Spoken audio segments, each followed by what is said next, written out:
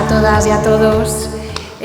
Yo voy a ser breve para que, bueno, porque vamos con el tiempo ya un poco más justo, pero vamos a seguir abriendo nuestra mirada. Y a continuación tenemos el placer de contar con la intervención de don Alberto Blasco Costa, magistrado de carrera desde hace más de 25 años, cuya trayectoria profesional siempre ha estado vinculada al derecho penal. Inició su andadura en la judicatura en Cataluña, donde trabajó durante muchos años en un juzgado de lo penal.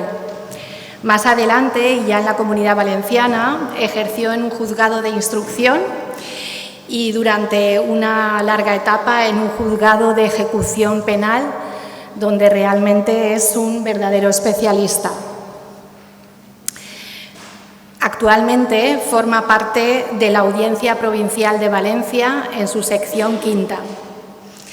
Su amplia experiencia le permite ofrecernos una visión profunda y realista sobre la realidad, sobre la relación de las adicciones y el sistema penal. Un tema que tiene una enorme relevancia en nuestro trabajo diario, en todos nuestros dispositivos, sea la comunidad terapéutica intrapenitenciaria o en nuestros servicios ambulatorios. Y tiene gran relevancia con el trabajo que hacemos con las personas en proceso de recuperación. Su ponencia, titulada Breve estudio de las adicciones desde el punto de vista penal, deseamos que nos invite a reflexionar sobre cómo el derecho penal aborda las adicciones y cómo puede integrar la perspectiva social y terapéutica. Les dejo con el magistrado don Alberto Blasco.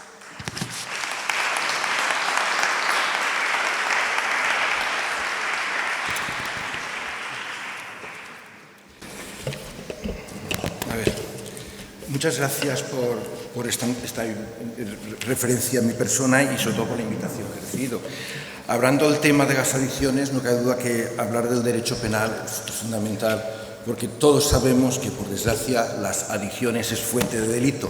Por tanto, es una materia que tenemos que tratar.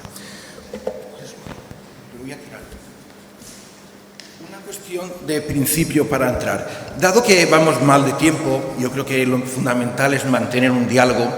Voy a dar una conferencia que no voy a hacer antes, no voy a profundizar mucho, no voy a hablar de sentencias del Tribunal Constitucional, ni de sentencias del Tribunal Supremo, sino voy a hablar de mi experiencia mía de muchos años en la jurisdicción penal y sobre todo en lo que el Código Penal contempla. Por eso no tengo ningún inconveniente, por favor, en que me interrumpan. Si tienen alguna duda, levanten la mano, ya que no hay tiempo para preguntas, pues vamos a aprovechar mi conferencia, por si ustedes hay alguna duda que les surja durante la conferencia, pues pueden ustedes interrumpirme. Y además se lo agradeceré. Bien, hemos empezado haciendo referencia que el derecho penal es, bueno, que las adicciones, como sabemos, es fuente de delito. Por desgracia, el mundo de la adicción y el delito son mundos que están relativamente bastante conectados. Por tanto, vamos primero a definir los dos elementos de mi conferencia, las adicciones y el propio derecho penal. Bueno, los jueces de lo penal somos los jueces a los que el ordenamiento jurídico nos da las llamadas bombas nucleares. Es decir, nosotros no nos dedicamos, los jueces de lo penal, a resolver conflictos o interpretar cláusulas contractuales, ni siquiera a resolver los conflictos entre el empresario y el trabajador o a interpretar un decreto de un ayuntamiento. El legislador pone en nuestras manos los grandes instrumentos jurídicos, los mayores instrumentos de coacción con la finalidad de proteger a la sociedad. Nosotros tenemos la privación de libertad, las entradas sin registro, las escuchas telefónicas, es decir, las mayores privaciones de los derechos fundamentales están en nuestras manos con la finalidad de proteger adecuadamente a la sociedad frente a los homicidios, frente a los asesinatos, frente a las estafas o frente a los robos. Por lo tanto, nosotros tenemos los mayores instrumentos que el ordenamiento jurídico propone a los jueces para la defensa de la sociedad. Y dicho lo cual, bueno, evidentemente no soy ningún especialista en el concepto de adicciones, pero difícilmente podemos entrar a hablar del derecho penal sin hacer un intento del concepto de adicción. Evidentemente no soy ningún especialista, por tanto he sacado una definición de andar por casa. Estoy convencido que habrá a lo mejor en la conferencia habrán expertos que sí habrán podido definir adicciones, pero yo necesito darla para poder explicar lo que quiero explicar. Podemos definir en principio adicción como una enfermedad crónica y recurrente del cerebro que se caracteriza porque la persona que lo sufre necesita de forma compulsiva o bien realizar una actividad o bien consumir una sustancia. Y eso le causa a la persona adicta, primero, una pérdida de control. El individuo tiene una limitación de sus capacidades de autorregulación, de su capacidad de pensar y de reflexionar. Además, necesita esa sustancia o conducta de forma compulsiva. Además, tiene una limitación, no es consciente de las consecuencias de sus actos, muchas veces actos de naturaleza delictiva. Y además, como todos sabemos, es una enfermedad de muy difícil curación. La siguiente elemento que debemos responder es si el Código Penal contempla en su regulación la figura de las adicciones. Es decir, si las adicciones es algo que el Código Penal tiene en cuenta. Y a esa pregunta debemos resolver de forma afirmativa. Y para cual voy a leer el artículo 95 del Código Penal, que es un artículo integrado en el libro primero que regula las medidas de seguridad.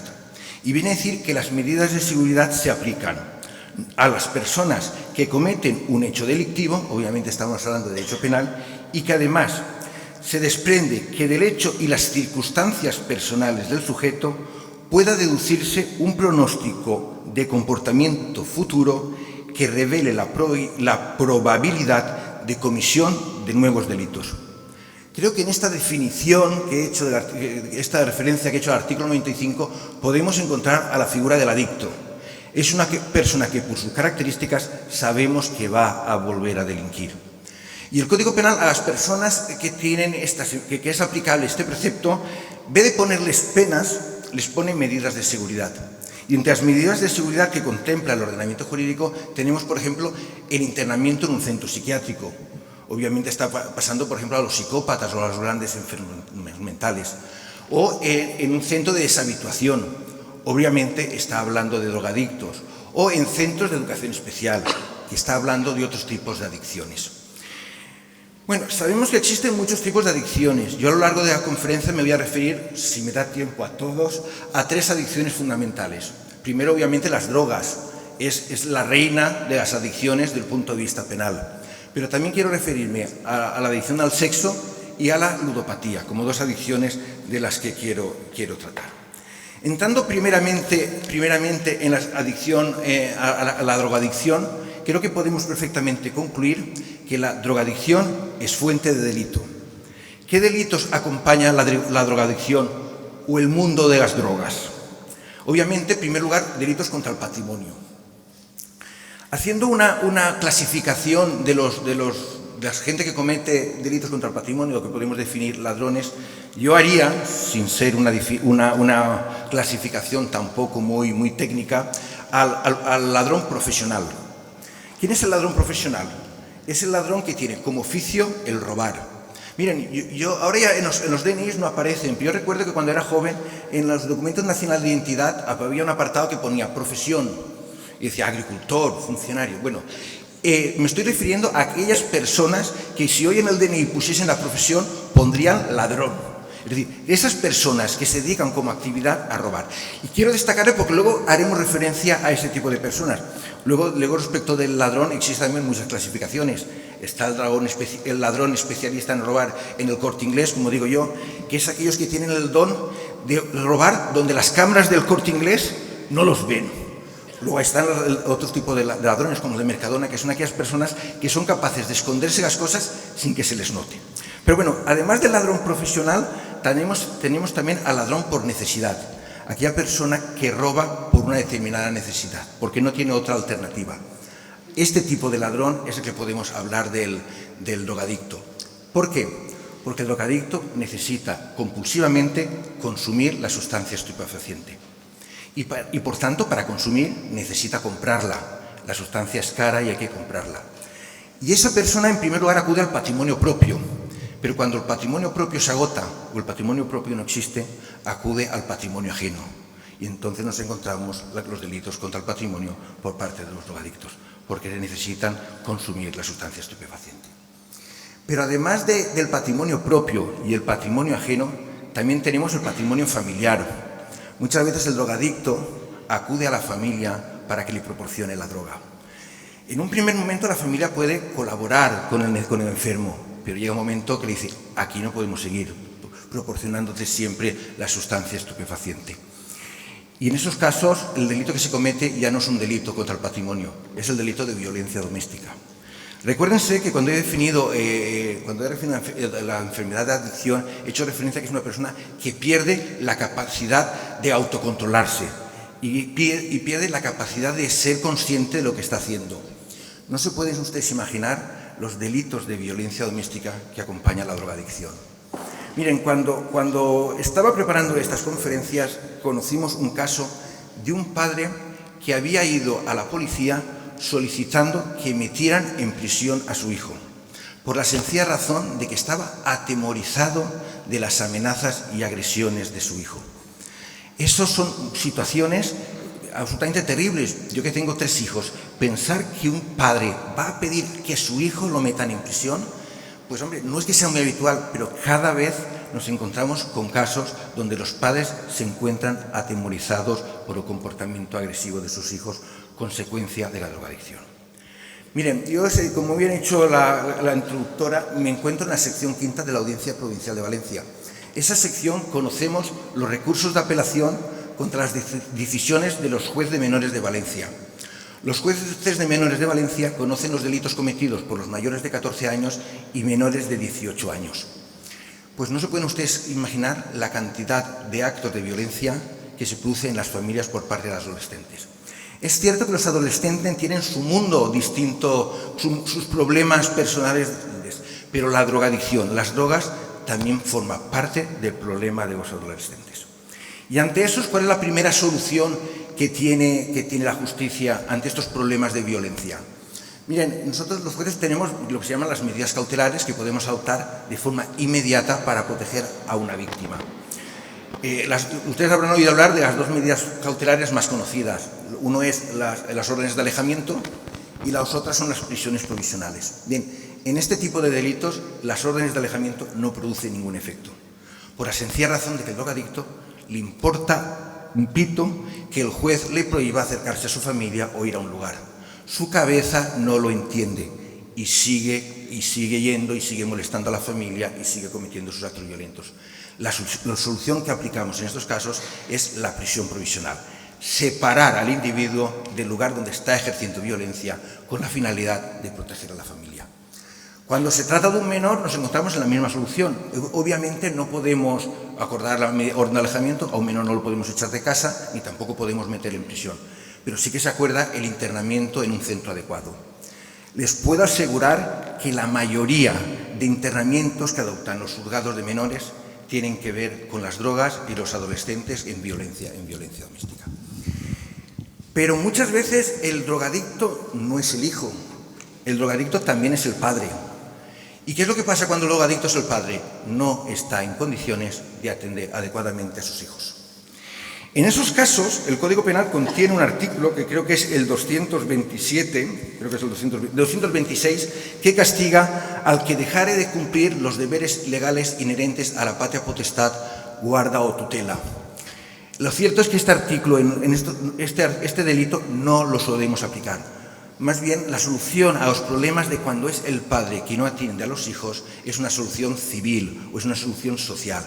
Suele ser al hijo, se le separa del padre o de la madre y se le mete en un lugar de acogida o bien con otro progenitor en supuesto de separación y divorcio, evitando por ello que el menor sufra las consecuencias de la enfermedad que está sufriendo su padre.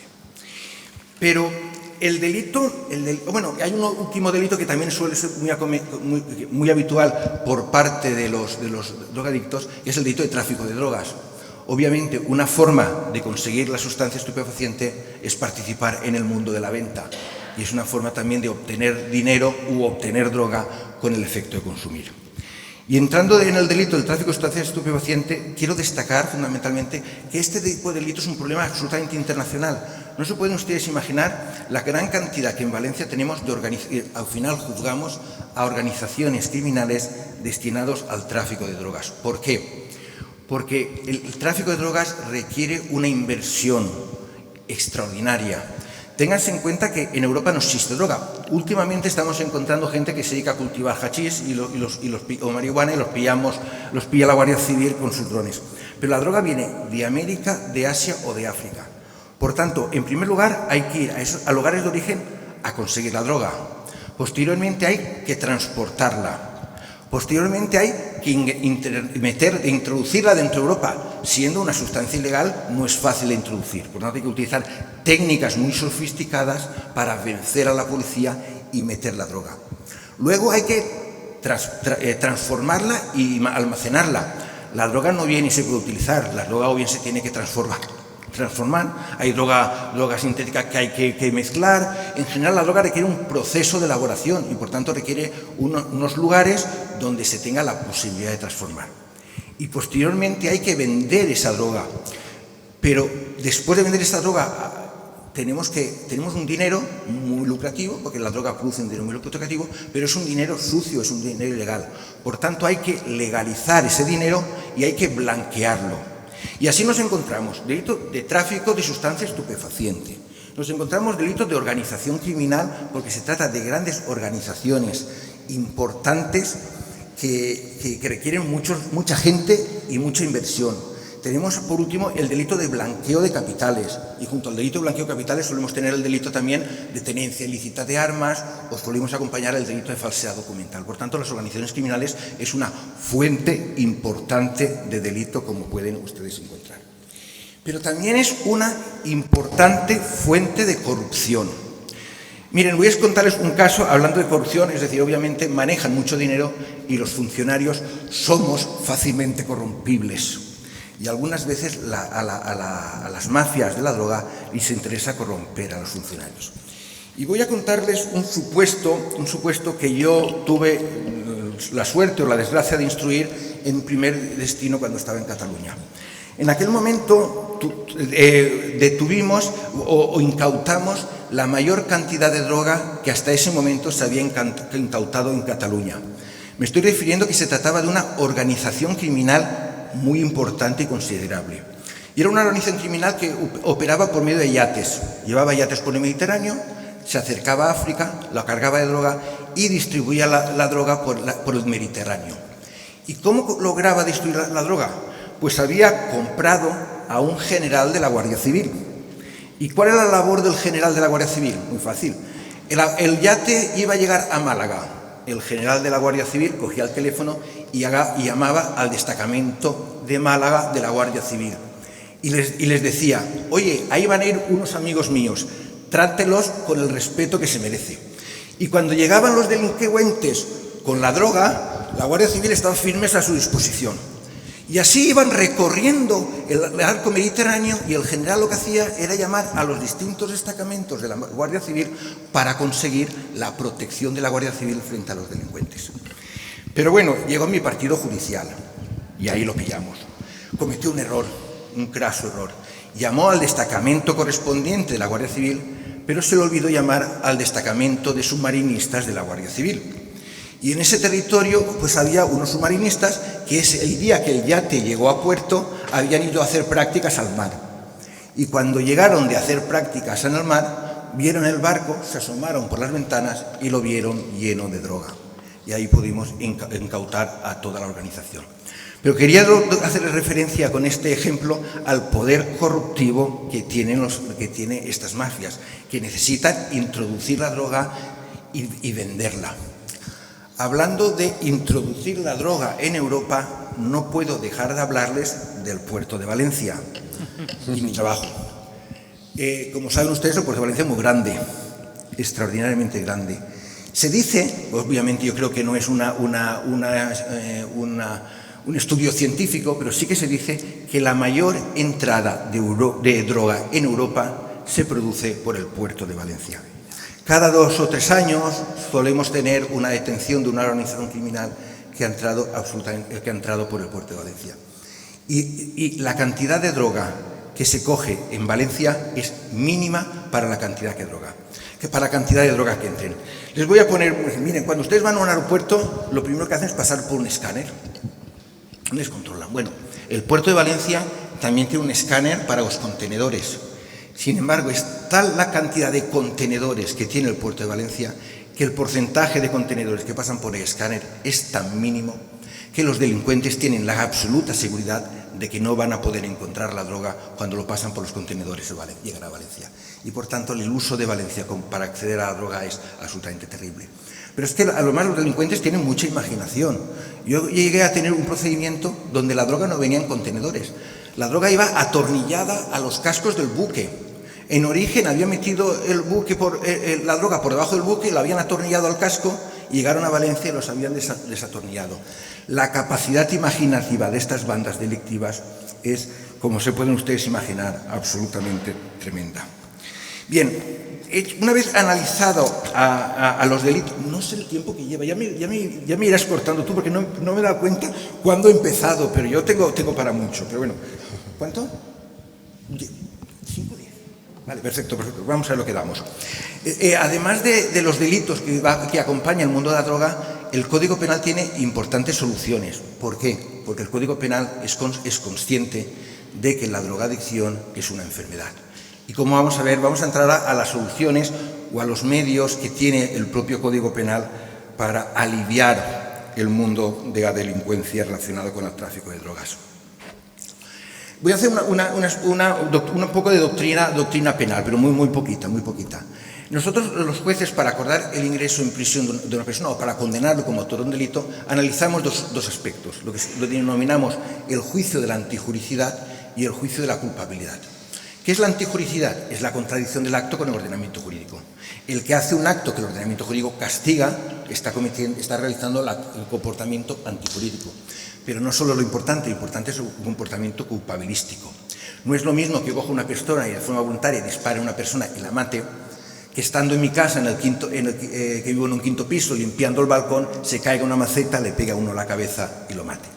Eso determina la imposición de penas distintas según las circunstancias.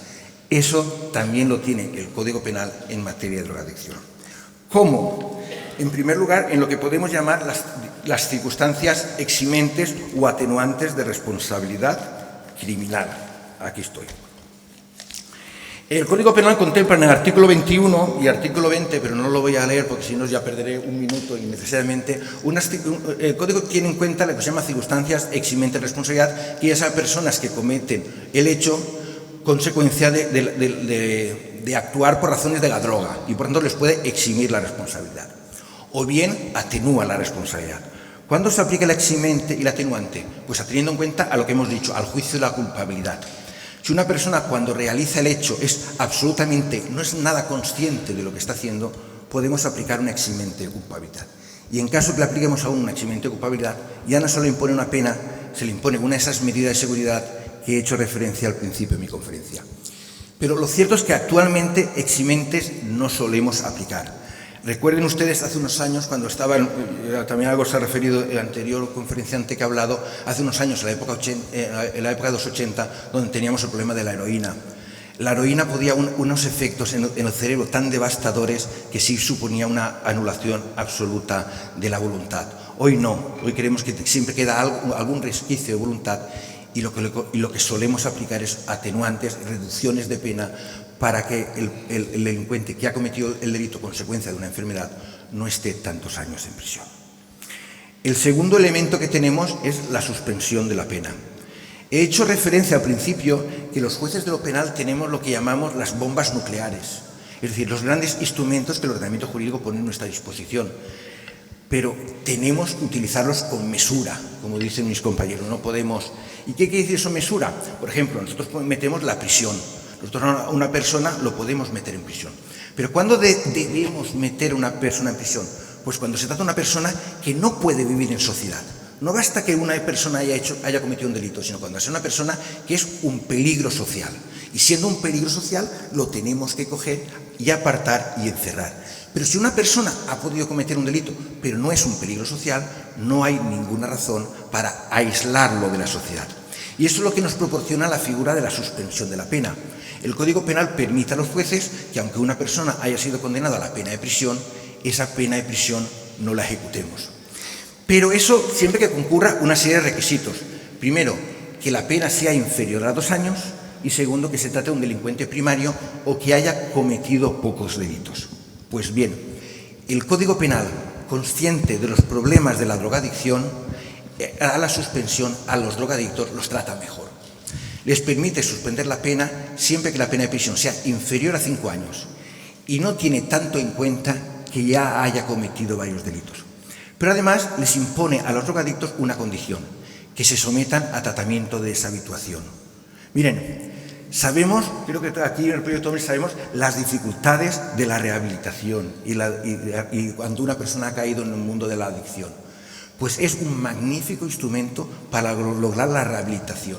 Porque si una persona tiene que querer rehabilitarse por sí mismo, mucho más cuando además con ello no ingresa en prisión. Por tanto, es un magnífico instrumento que pone el Código Penal para garantizar, lograr la rehabilitación o lograr la curación de los enfermos por drogadicción. Y la tercera figura que el Código Penal contempla es la figura de acumulación de penas.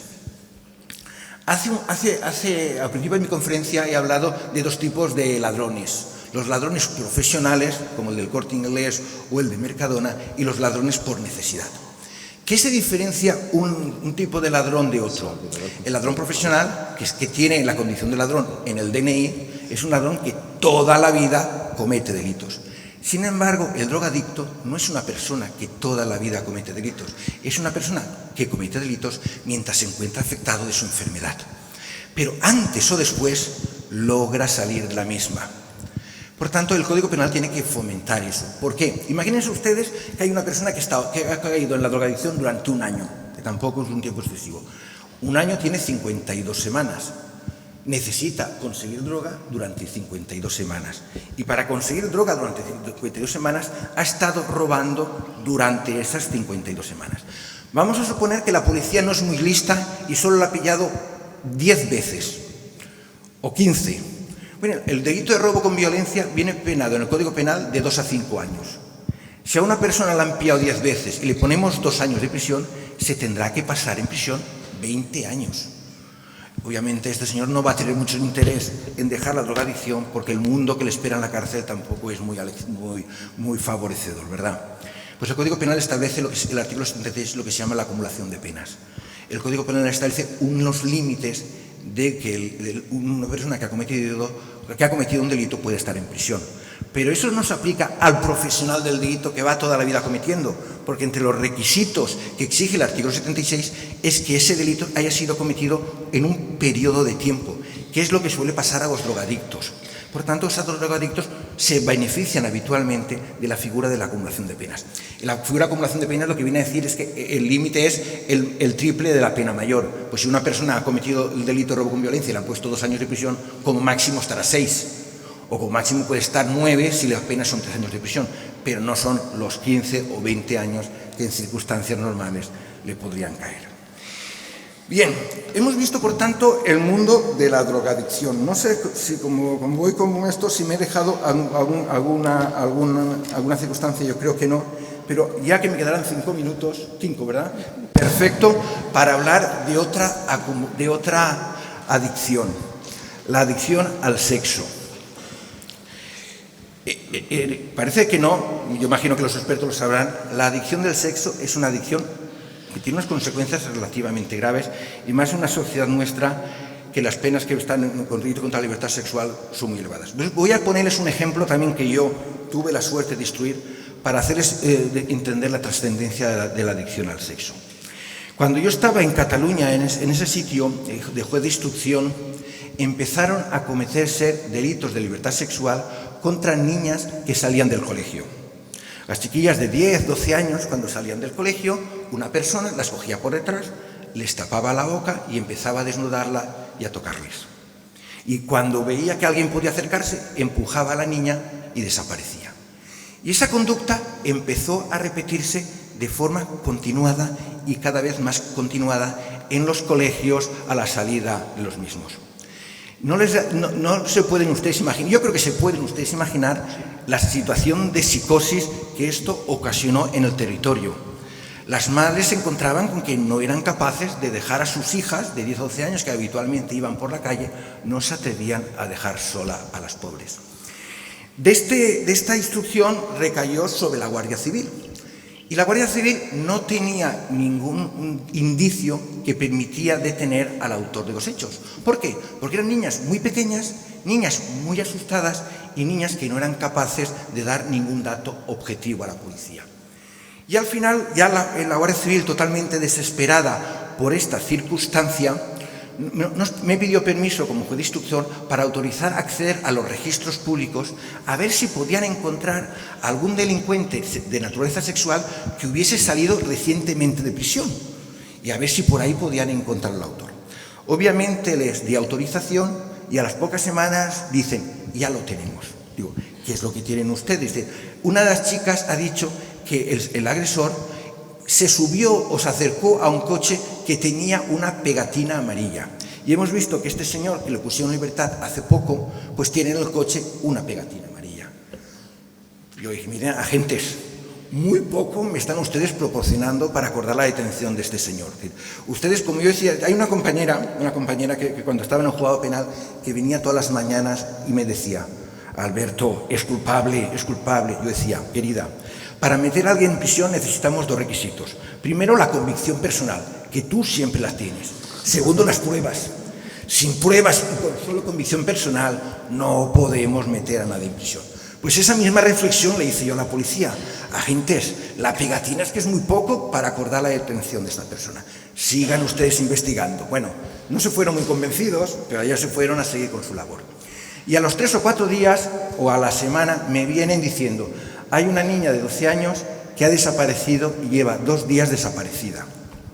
Sabemos que este individuo tiene una casa, una masía, abandonada en el campo. Solicitamos la entrada de registro para acceder a la masía. Dije, ale, la tienen ustedes, vayan hacia allá. Y cuando llegaron allí, se encontraron a la niña en la cama desnuda y al señor al lado. Obviamente, el señor fue detenido y a los 2 días lo pusieron a mi disposición. Y a la pregunta que yo le hice la siguiente pregunta, ¿qué ha hecho usted? Y el señor me vino a contar las dificultades tremendas que tenía para oponerse a su ansiedad. La ansiedad era superior a su capacidad de comportarse bien con la norma. Pero miren si era tal la ansiedad que tenía, y me lo contó, y luego yo lo pude corroborar. Era un señor ya mayor, tenía más de 70 años, tenía 2 nietas, y sus hijas no lo dejaban quedarse solo con las nietas. Tenían terminantemente prohibido que este señor se quedase a solas con las nietas. Imagínense lo que ese señor haría a esas hijas cuando éstas eran pequeñas. Bueno, pues yo creo que es un claro ejemplo de los efectos que puede producir una adicción al sexo. Como hemos podido comprobar, el Código Penal tiene muchas medidas aplicables a la adicción a las drogas. Sin embargo, no tienes ninguna de estas medidas aplicables a la adicción por el sexo. Pocas veces he ido yo a juicio y un abogado ha intentado acreditar o alegar una eximente para que una persona afectada por el sexo se le aplicase una medida de internamiento, una medida de seguridad y no una pena de prisión. Absolutamente nunca. Sin embargo, el Código Penal sí que es consciente de que existe el sexo en la adicción. ¿Por qué? El Código Penal contempla 2 penas únicamente previstas para los delitos de la libertad sexual, para ningún otro delito. Además de las penas correspondientes de prisión y muy elevadas, el Código Penal contempla la inhabilitación para que esa persona pueda trabajar con menores de edad. No puede ir a trabajar en colegios, no puede trabajar en guarderías, no puede trabajar dando clase, tiene prohibido trabajar con menores. Es evidente que el Código Penal sabe que eso puede ser por razones adictivas. Y luego le impone necesariamente una libertad vigilada, que es una medida de seguridad, es hacer un curso formativo por razones de sexo. Son 2 medidas que yo creo que quedan claras, que me permite inferir que el Código Penal es consciente que la adicción al sexo existe. Y para terminar un minuto, quiero decirles a ustedes que muchas veces los adictos no son los autores del delito, también son las víctimas. Hace poco tuvimos en la audiencia un caso de una mujer mayor que era una ludópata, tenía la adicción al juego y era tal ludópata que había casi esquilmado su propio patrimonio y había tenido que ir al crédito. Pero claro, los bancos no le prestaban dinero y había caído en manos de un usurero que le cobraba por el crédito, por el préstamo que le daba un 26%. Y además le hipotecó la casa por importe de 9.000 euros. Y cuando la mujer dejó de pagar 9.000 euros, se quedó con la casa de la pobre mujer. Obviamente a este señor le condenamos por un delito de estafa. Lo que quiero también terminar es para decir que muchas veces las adicciones no convierten a una persona como fuente de delito, sino víctima de su adicción. Muchas gracias por todo.